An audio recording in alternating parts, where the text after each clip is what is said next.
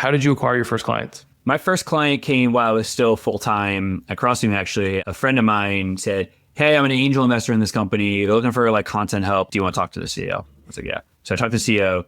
And one of the things I know I'm good at is building like a thought leadership and like brand reputation from scratch. I've done that a few times. And that's what this brand wanted to do. And I said, I could do that for you. And they're like, great. And then he was like, not yet. And I was like, okay. And then like 6 months went by. And he was like, hey, we actually hired an interim CMO. Now we're ready to go. Like, you want to go? So I started in April, 2 months before I left full time. So there was like a little bit of overlap. And then I left. And I did not plan that. I was going to quit and then start looking for clients. It was just fortuitous that I kind of put out a few feelers like, hey, I'm just taking some side work. And my initial conceit was I will only work with people in Philadelphia because I want to see you in person because I'm tired of Zoom.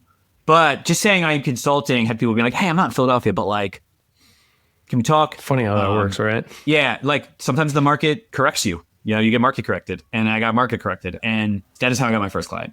Your network is your net worth, right? Yeah, I mean, 15 years of putting things on the internet and dabbling in various communities and just caring and meeting people like you.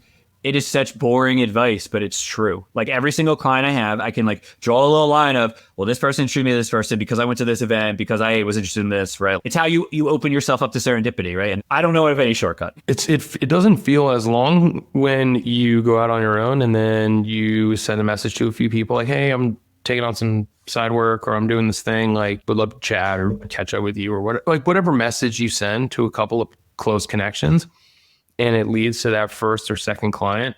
It doesn't feel like it took you 15 years of putting stuff out on the internet. You're like, wow, this thing's actually possible. But then I talk with so many people who leave their job today and start tomorrow. They start your 15-year slog. They'll start the day after they leave their job. And I'm like, this is not the way to do it. Like start publishing yesterday. Start publishing 10 years ago, because that's where you're going to get the momentum that you're looking for and the authority and the credibility that you know you can bring to the table here.